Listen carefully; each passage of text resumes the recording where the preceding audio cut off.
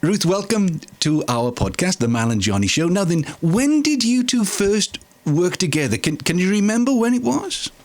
1966, going on to 67. Right. That's right. It's just before Reese was born, I think. I always go, Mal, by my children when they were born. And that's the only way I can remember everything. And that's when we first met. And we met in a programme for BBC Wales called Be Nesa. What Next? Do you remember we started to learn those songs in Welsh, Ruth, and we didn't know what the hell we were talking about? No. Jove, ddaeth y Gwanwyn eto. Log and a Gwanwyn moyn. Remember that one? I do. We never forget them. But at that stage, then, did either of you speak Welsh, fel native? Were you naturally Welsh speaking, either of you? Well, I wasn't. I wasn't either.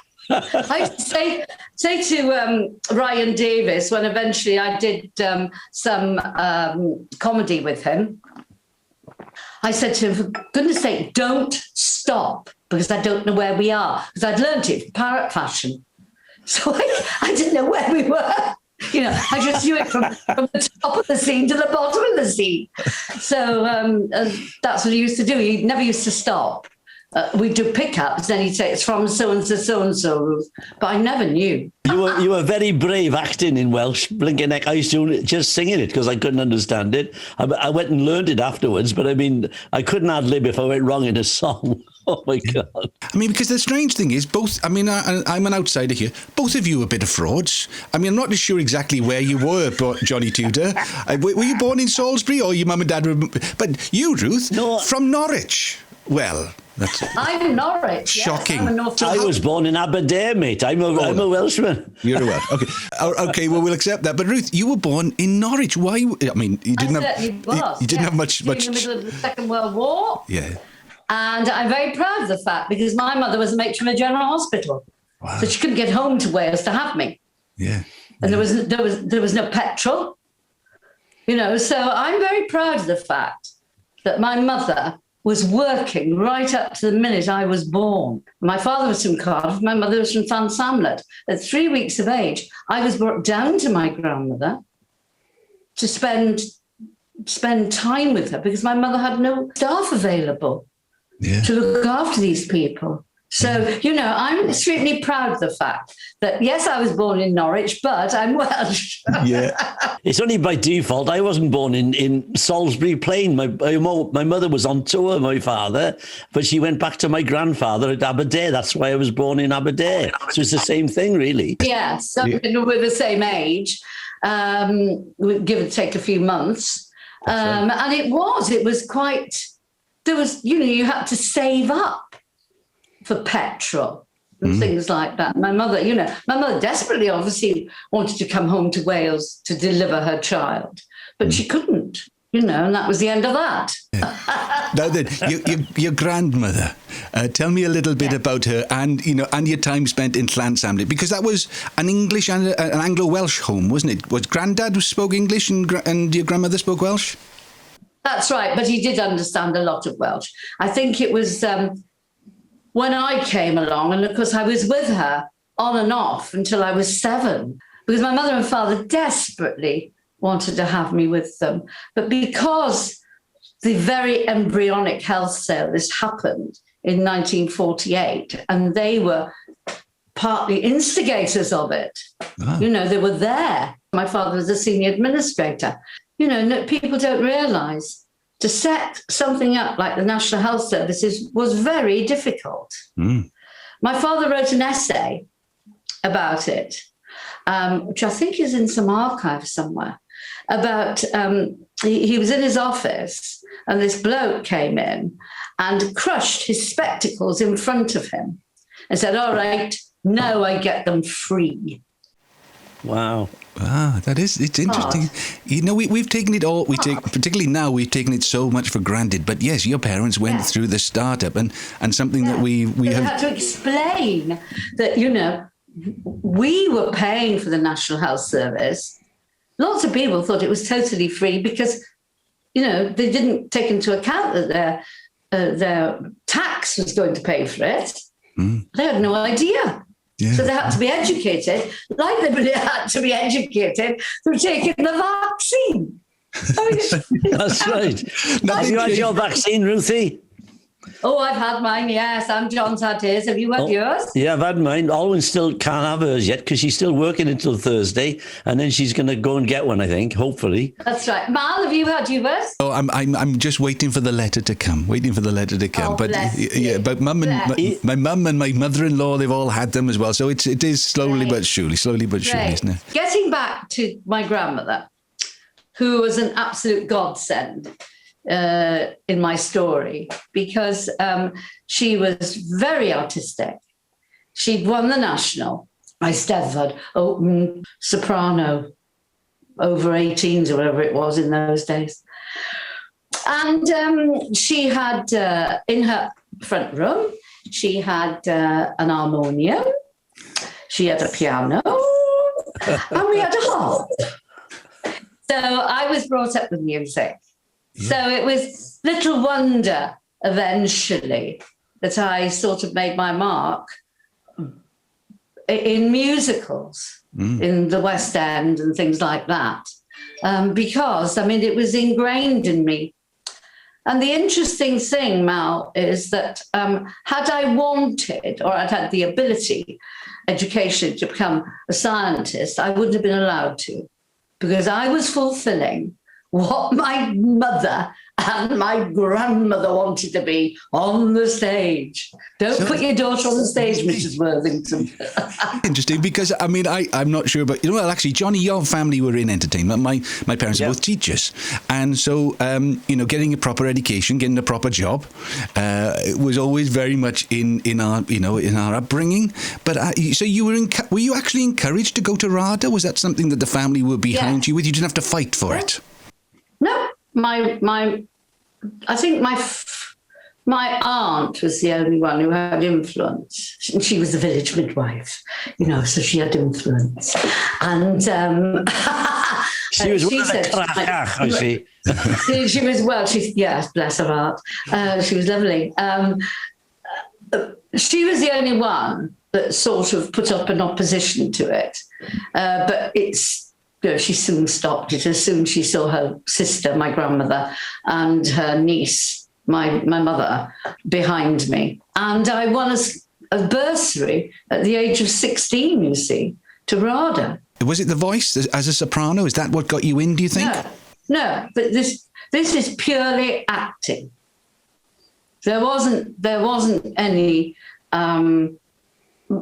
music in those days attached to your course. So it was the spoken word, which of course I was eternally grateful for, because that's been the basis of my career.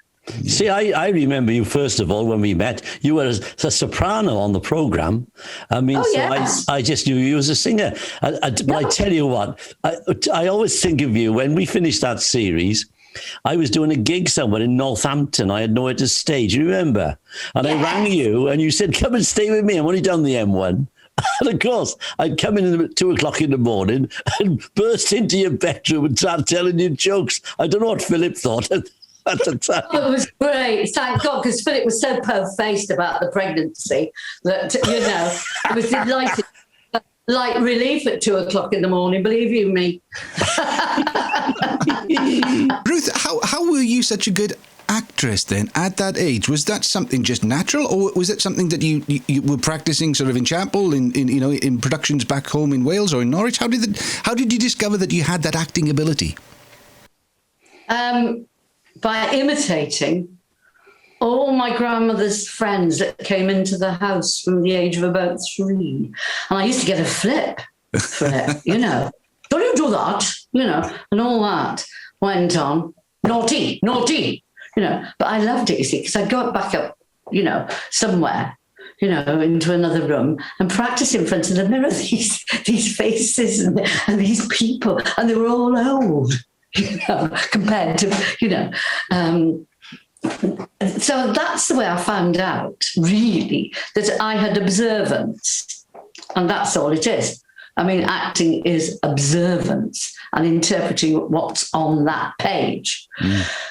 So when I actually won this bursary, it was a godsend, because then I went and also studied at the Royal Academy of Music.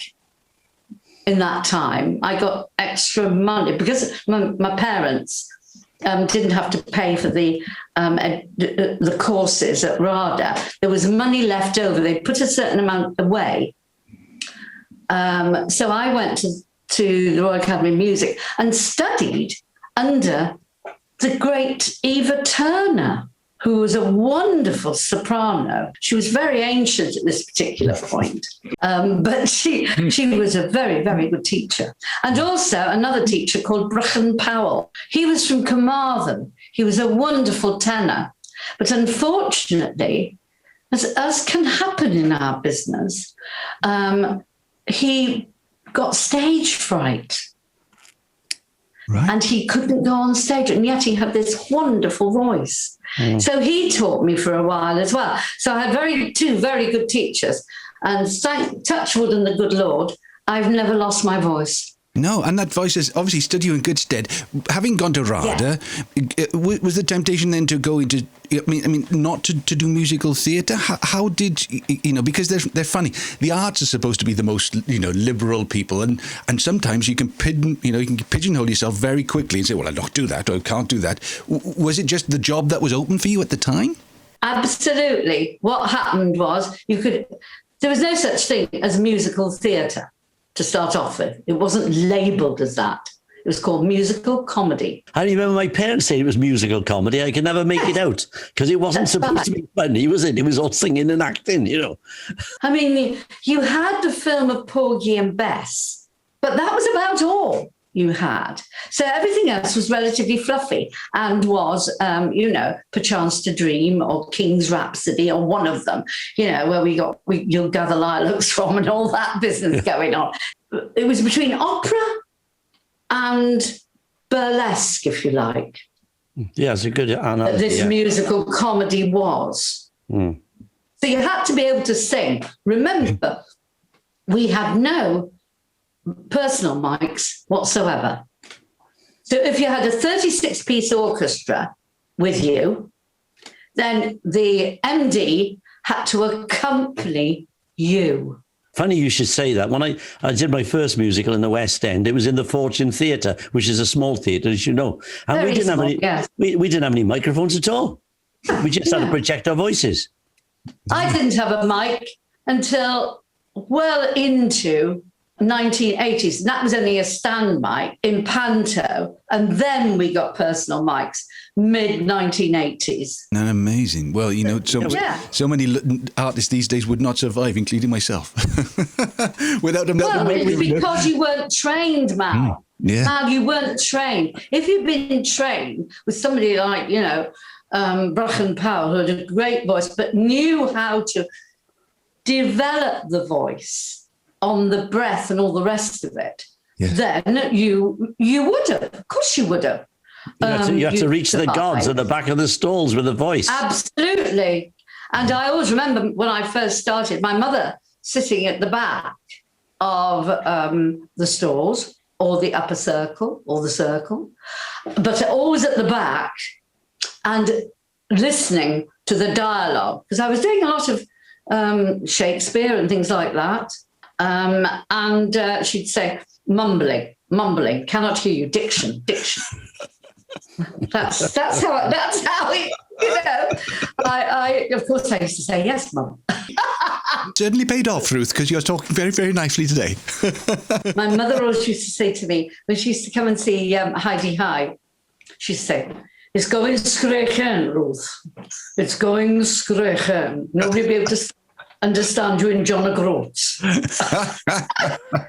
She was absolutely right. But you're saying about panto, Ruth. I mean, we never, as you say, we didn't have mics, not personal mics at all. And the kids were shouting and bawling. You had to get over all that and just project over the top, I'll never forget working with Denny Willis, who was lovely Denny Willis. Mal, he was a lovely Scotsman. I mean, talking about Denny, he was with the Folderols for a long time, I think, because he was. What was that thing he used to do? The Quorn Quartet. It's the funniest thing.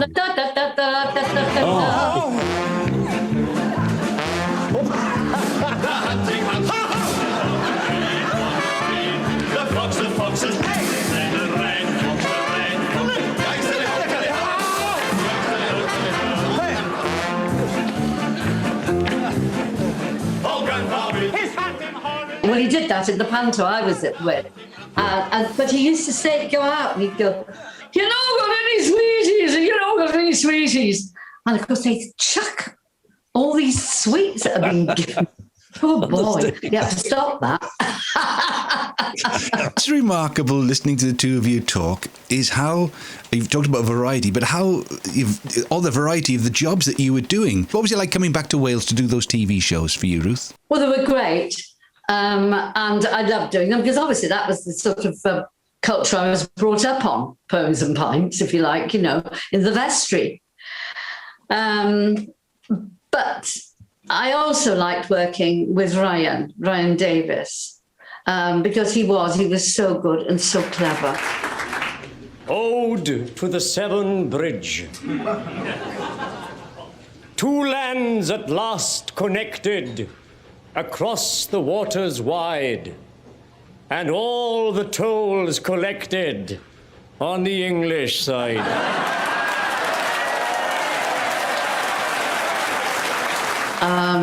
When we did Vorve. In, down, three, up.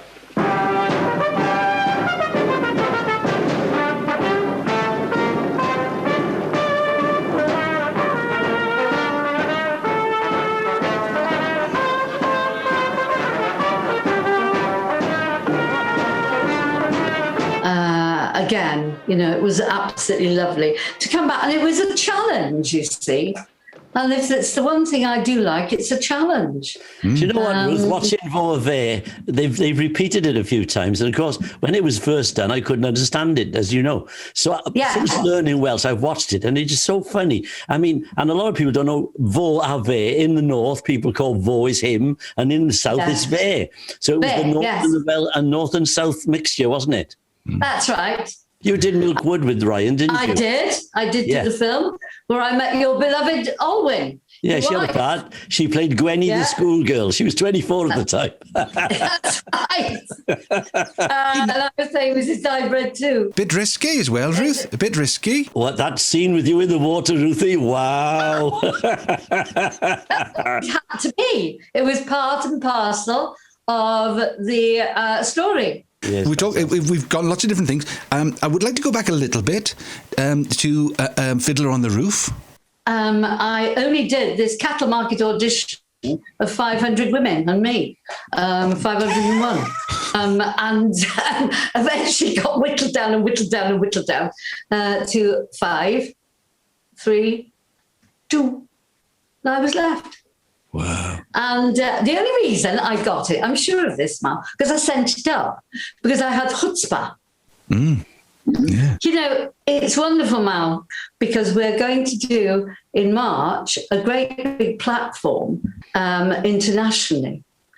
There's very few of us left. Topol is not well, so he won't be on it. But Norman Jewison, who directed it, and I presume John Williams, who conducted the score, he didn't write it this time, but he conducted, will be on it as well. And Michael Glazier and various people. And we're doing a link up between America and the UK on, I think it's the 5th of March, because it's the 50th anniversary of the film. Wow. Isn't that lovely? So I'll be doing that. Did you know it was a special film? Obviously, Topol was wonderful, and the music, the stories, and it had been a hit in the West End. But being a part of that production, how did it feel like to be on the stage, working with those amazing actors and those amazing songs too? My next door neighbour had the long player of it, and she'd seen it. I hadn't seen it. I couldn't afford to go to the West End. I had no money. So I borrowed the record, and I learned for the last 4 auditions, I learned the song off the record. So the next thing was that I thought I'd better go and see it. So my mother gave me the money to go up in the gods of the, I think it was Her Majesty's it was in. Well, I knew some of the music because it was on this long player. Mm-hmm. If I were a rich man, da, da, da, da, that one, and various other ones. But I didn't know much about it. Well, when I saw it, I was bowled over. I thought, oh, bloody hell, I'm in this. Oh, heck. So I went back to my mum, And it meant that I wasn't doing pantomime that Christmas, the Christmas coming, because I was going to be employed. And I was employed for 6 weeks on it. That one scene. I only did 10 days on it eventually, but it was 6 weeks. So, and the great thing was I had a car to take me from St Albans to Pinewood Studios every morning at 5 o'clock in the morning. Remember, I had a little boy at home, you know, so everything had to be done. The nappies had to be done. Everything had to be done. Norman Jearson said to me, Ruth, would you like to come in and see the bottle dance being filmed? Well, I was thrilled. I mean, I was absolutely thrilled. And even my set, the graveyard scene, which was a replica, apparently, of Prague Jewish cemetery, was amazing.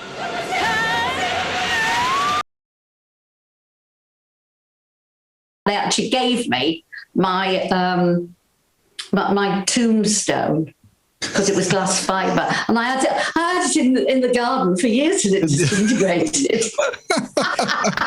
I tell you what, Ruth, one of your most powerful performances I've seen you do was when you played Dorothy Squires. I thought you did a fantastic job. I like playing Dorothy, and I fought very hard for that part because I wanted to do it, and I knew there were very few in Wales that would do Dorothy justice. Yeah, it did great business, Ruth. I mean, if you remember, I mean, the Sherman was sold out nearly every year for 3 weeks, and then you went up to, was it Theatre Clwyd? They had to put an extra show on, I think. Yes, they did. People were coming in from Manchester and all over the place. That's right. Do you know, I'm talking to you now, I've thought something. It would make a fantastic musical, and Mal writes musicals. We should think seriously, because it's such a great story anyway, and if it was done as a musical, think of all the songs that Dorothy sang, you know. I've got a pocket full of dreams. That one, you know. Yeah. She wrote some wonderful stuff. I loved her, and that's why I wanted to play her, you know, because I loved her immensely. I thought she was great.